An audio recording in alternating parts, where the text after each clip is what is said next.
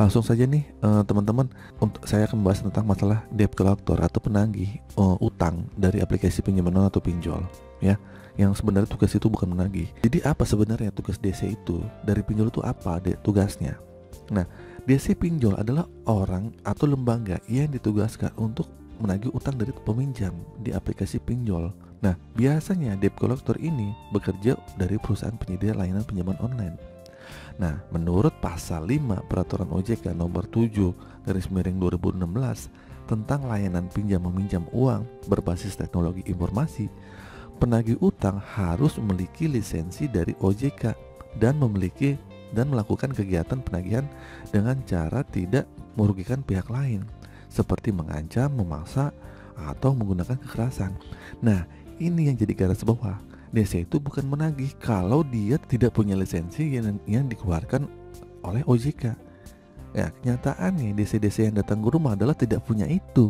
Kalau kita tanya mana sertifikat IPI-nya, mana lisensi dari OJK-nya, dia tidak mengeluarkan. Nah, tugas dia itu jangan boleh menagih kalau seperti itu, karena dia tidak punya lisensi itu. Nah, di sini kan jelas ya, peraturan pasal 5 peraturan OJK ini menyebutkan kalau DC-DC pinjol itu harus punya memiliki lisensi dari OJK. Ya, kalau memiliki lisensi ini boleh. Tidak boleh mengancam ya, tidak boleh maksa, tidak boleh menggunakan kekerasan. Nah, itu yang jadi masalah. Selain itu nih, debt collector dari pinjol juga harus menjaga kerahasiaan data peminjam. Masalahnya kan nggak ada, malah kita disebar data, ya nggak? Itu bukan DC pinjol, itu mah namanya penjahat. Benar nggak teman-teman?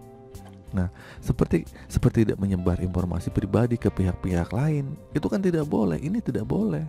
Yang jadi masalah DC pinjol ini melakukan itu. Bukan DC itu tugasnya. Kalau DC itu nggak begitu, ya nggak? Namun sayangnya masih banyak nih debt collector dari pinjol yang tidak melakukan tugas dengan benar. Nah, mereka sering menggunakan cara yang tidak etis seperti mengancam atau mengintimidasi peminjam dan keluarganya dan sebagainya gitu kan.